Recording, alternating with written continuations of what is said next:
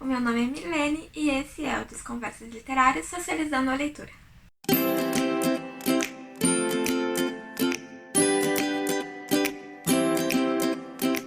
O Desconversas Literárias é um projeto criado junto com a Universidade Federal do Rio Grande, a FURG, o Instituto de Letras e Artes e o Programa Socializando a Leitura. Então a intenção do nosso projeto é mesmo discutir literatura e apresentar autores e obras contemporâneas, também com isso ajudar quem for fazer os próximos Enems, porque tem caído muitas questões com esse tipo de autor e de obra contemporâneos.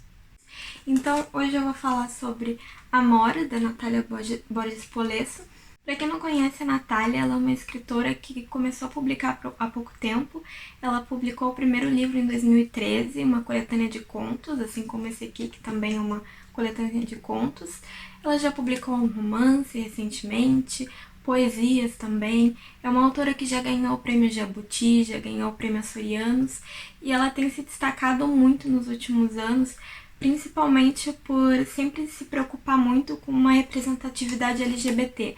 A Natália, ela sempre se propõe a trazer um personagem LGBT nas histórias dela. E Amora, em especial, é um livro que conta várias histórias de personagens lésbicas sobre diferentes pontos de vista e diferentes situações.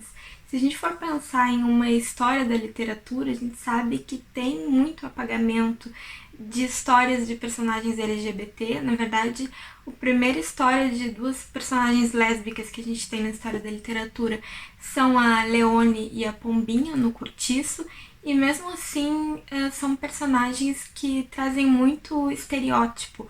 Uma é uma prostituta, a outra é uma virgem, então tem muito uma questão moralista nessas duas personagens. Isso é muito diferente do que a Natália propõe aqui, porque aqui, inclusive, apesar de ser uma literatura sobre personagens lésbicas, não se reduz a só uma causa. É um livro com muita qualidade estética e um livro que mostra essas vivências lésbicas sobre muito diferentes pontos de vista. Tem personagens mais velhas, tem personagens mais jovens, tem narradoras que são crianças, então é um livro que não demonstra nenhum tipo de estereótipo. E falando mais da questão do livro em si, ele é dividido em duas partes. A primeira parte se chama Grandes e Sumarentas. Ele tem toda umas imagens muito bonitas. Que a parte Grandes e Sumarentas são os contos mais longos, com mais ações, e depois tem uma parte que são Pequenas e Ácidas, que são contos mais curtinhos e mais introspectivos. Aqui, Pequenas e Ácidas.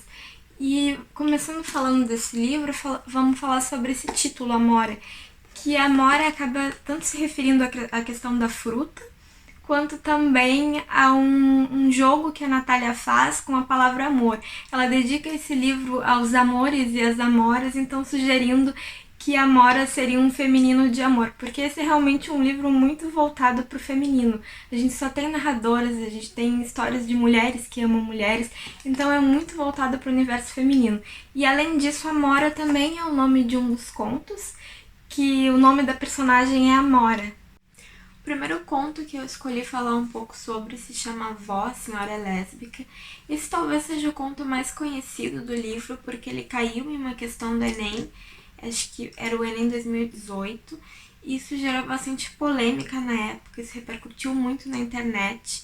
Se a gente pensar, 2018 era ano de eleição, então todo um discurso muito conservador estava ganhando força, e acho que tudo isso impulsionou os vários comentários homofóbicos e preconceituosos, discurso de ódio, até alguns comentários que deixaram nas redes sociais da Natália. Então, diante de toda essa situação, a Natália resolveu se pronunciar e deixou disponível o conto inteiro dela para que as pessoas pudessem ler e entender sobre o que realmente se tratava, porque tinham comentários sobre o conto completamente descabidos, de quem nem tinha interpretado a questão do Enem, no caso. Então, falando mesmo sobre o conto, Vó, a Senhora Lésbica vai tratar da história da Joana. A Joana é a narradora personagem desse conto, ele é narrado em primeira pessoa, e ela vai contar uma experiência que ela teve que fez ela mudar a forma que ela via a avó dela.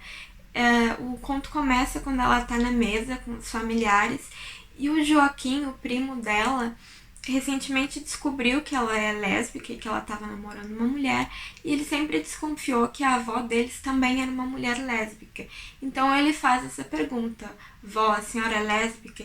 E a partir disso, a Joana vai começar a relembrar vários fatos da infância dela e da forma como ela via a avó dela ao longo dos anos, e vai acabar fazendo uma comparação entre duas vivências lésbicas diferentes, que são a avó dela com uma outra mulher, que ela chama de tia Carolina, e ela mesma com a Thaís, uma mulher que ela recém começou a namorar.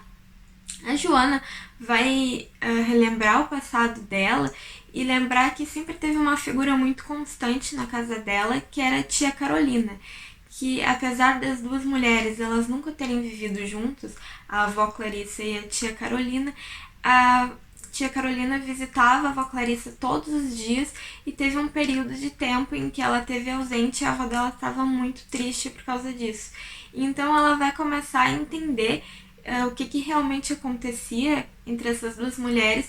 Isso, inclusive, já vai fazendo uma crítica em relação a essa situação familiar em que esse relacionamento dessas duas personagens nunca vai ser visto de uma forma natural pela família. Tem todo um estigma com uma relação de um modelo familiar que não é legitimado pelas pessoas. Então a Joana vai começar a pensar nessas coisas, e também tem um momento em que Joaquim, depois a avó, pede para conversar com os netos, conta que sim, ela é uma mulher lésbica, e Joaquim vai perguntar por que a senhora nunca viveu com a tia Carolina. Ela vai dizer: eu nunca, porque eu nunca quis. Mas a Joana vai lembrar que de fato a tia Carolina foi casada com um homem e que elas viveram em um contexto completamente diferente e em comparação com ela e a Thaís. Então o conto ele vai mesclar essas lembranças da infância da Joana e também as memórias atuais que ela tem com a Thaís, que é um relacionamento que ela ainda não se sente segura para falar sobre ele para a família, mas ela consegue circular no ambiente da universidade de mão dadas, ela consegue demonstrar que tem uma relação nesse ambiente universitário, dentro dessa esfera social, e não sofrer nenhum tipo de constrangimento. Então esse conto ele acaba tocando em uma questão bem polêmica, primeiro, claro, pela questão LGBT, sim, mas também porque traz uma personagem mais velha, e inclusive foi isso que gerou mais polêmica na internet com essa questão de Enem, porque é sempre um tabu falar de uma sexualidade de uma pessoa mais velha, ainda mais uma pessoa lésbica.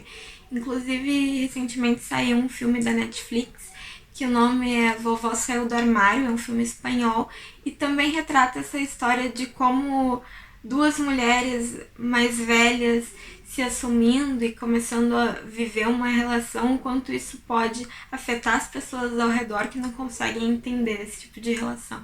Então fica uma dica também. Para terminar a discussão desse conto, eu vou ler o finalzinho dele, que é o momento que a Joana percebe realmente essa diferença que existe entre a vivência que ela está tendo nesse momento e a vivência que a avó dela e a tia Carolina tiveram em outro contexto,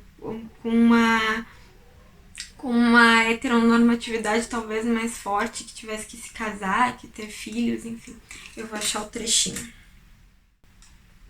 Porém, me ocorreu lembrar que a tia Carolina tinha sido casada com seu Carlos. Me ocorreu que talvez ela não pudesse ficar com a minha avó. Me ocorreu que nunca tivessem dançado nem bebido juntas, ou sim. Pensei na naturalidade com que Thaís e eu levávamos a nossa história.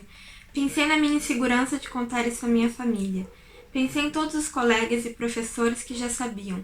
Fechei os olhos e vi a boca da minha avó e a boca da tia Carolina se tocando, apesar de todos os impedimentos. Eu quis saber mais, eu quis saber tudo, mas não consegui perguntar.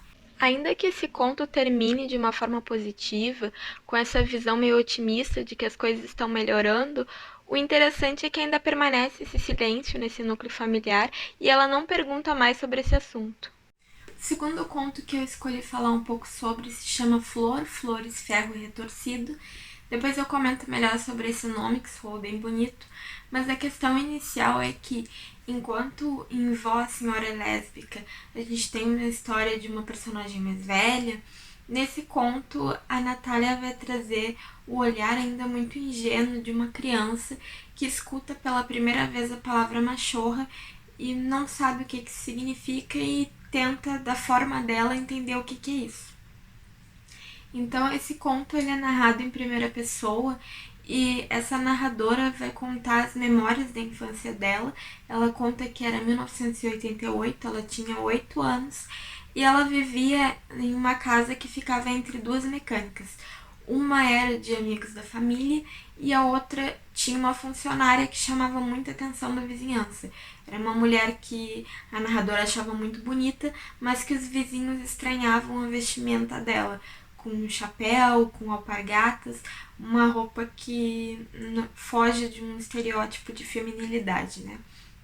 Então ela conta que em um churrasco de família ela escuta pela primeira vez essa palavra machorra sobre essa vizinha e não entende. Eu vou até ler esse trechinho porque na verdade é um pouco cômico. Esse conto ele tem uma questão de um humor meio ácido, porque ele toca em questões muito delicadas, ele tem um olhar muito crítico sobre algumas coisas, só que ele faz isso de uma forma ainda bem humorada. O fato que mais se enraizou na minha memória desses almoços foi um dia em que eu ouvi a seguinte frase: como pode uma machorra daquelas? E eu, curiosa que era, rapidamente perguntei o que era uma machorra. Silêncio completo. Minha mãe começou a rir de um jeito esquisito, era embaraçoso. Os homens coçaram a cabeça e se enfiaram rápidos dentro dos copos de cerveja que bebiam. A mãe da família Klein estava tão estarrecida que aquela palavra tivesse ido parar na minha boca que começou a rir também. Minha mãe tentou remediar. Cachorra, minha filha, cachorra. Mas eu tinha certeza que tinha ouvido machorra e insisti.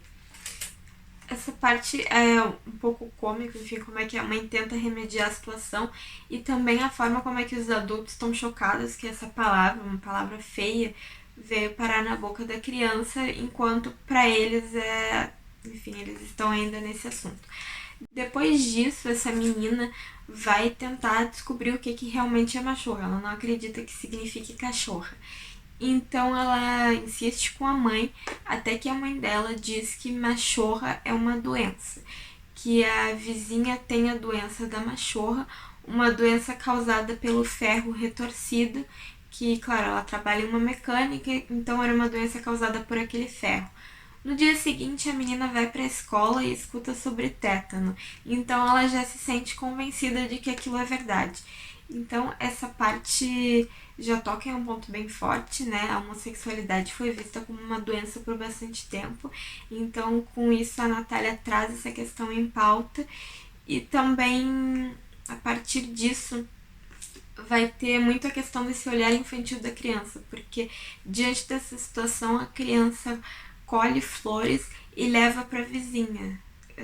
Porque ela tá doente. Ela também busca da forma dela descobrir o que significa machorra realmente, porque ela ainda fica um pouco em dúvida depois de levar as flores e a vizinha parecer realmente bem. Então ela pergunta para uma menina de 11 anos, a Celoí, que é a vizinha dela, o que é machorra. A Celoí já tem uma relação mais aberta, o pai dela se dá bem com a vizinha e ela sabe o que significa machorra de um jeito ainda muito infantil, então ela propõe uma espécie de teste para a narradora descobrir entender o que realmente é uma machorra. A Celoí tentou de novo. Vamos ver, por exemplo, tu gosta mais de boneca ou de carrinho? Depende, qual boneca e qual carrinho. A Celoí revirou os olhos daquele jeito. Prefere dançar Xuxa ou brincar de pegar? Eu não sabia responder, porque tudo dependia e eu não estava entendendo aonde ela queria chegar. Tá bem, gosta de rosa ou azul? Gosto de verde. Meu Deus, essa é a tua última chance. Gosta mais de mim ou do Claudinho? O Claudinho era um guri da rua que a Celoí achava lindo. De ti, é claro, eu respondi. Então tu é machorra, ela falou sem paciência. Então esse trecho vai trazer de novo esse caráter um pouco cômico para a situação, porque a criança vê isso de uma forma muito simplista. Inclusive isso também traz a questão de gênero, de o que é uma coisa de menino, uma coisa de menina, qual a diferença dela gostar de jogar futebol ou de brincar de boneca, enfim. E isso também remete a uma questão principal que é discutida durante todo o conto, que são essas coisas que são designadas para o gênero feminino. E então sobre isso a gente tem a Simone de Beauvoir, que no Segundo Sexo vai dizer que a mulher é uma construção social, que a mulher é um produto artificial da sociedade.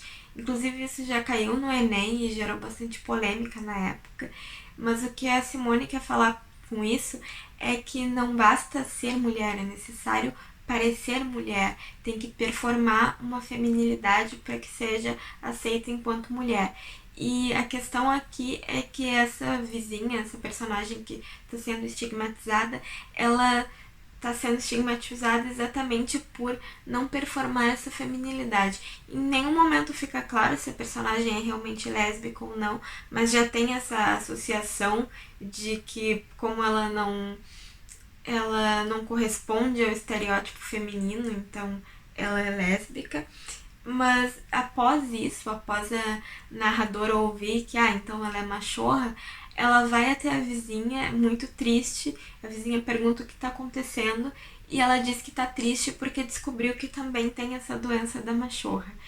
Então, esse é um final de novo com esse riso um pouco cômico. E essa menina vai descobrir que a vizinha se chama Florlinda e vai dizer que é a flor mais bonita que ela já viu, porque a partir disso a vizinha vai se debruçar sobre ela, vai olhar para ela e dizer que ela parece muito bem. Então esse conto ele vai trazer muito um paralelo entre um olhar muito preconceituoso da família dessa criança e entre um olhar ainda muito ingênuo da criança que enxerga essa vizinha puramente pelo que ela é, uma mulher gentil, bonita, que ela diz que parece realmente uma flor. Isso vai remeter a esse título do conto, que foi o que eu comentei no início. A primeira coisa sobre o título é que ele soa muito bonito, porque tem essa literação com F, flor, flores, ferro retorcido, que soa bonito, mas também remete à história mesmo. Flor sendo essa vizinha que marcou a infância dela, que se chama Florlinda. Flores por serem aquelas flores que a menina levou até a vizinha quando achou que estava doente. E o ferro retorcido, que é aquele que a mãe diz que causou a doença. Então tem muito esse contraste entre a flor e o olhar que a menina tem, muito ingênuo, muito puro, sobre essa personagem, e o ferro retorcido, que traz essa brutalidade e esse olhar de violência mesmo que a família dela vai ter sobre essa vizinha, na verdade essa homofobia que fica bem explícita no conto mesmo.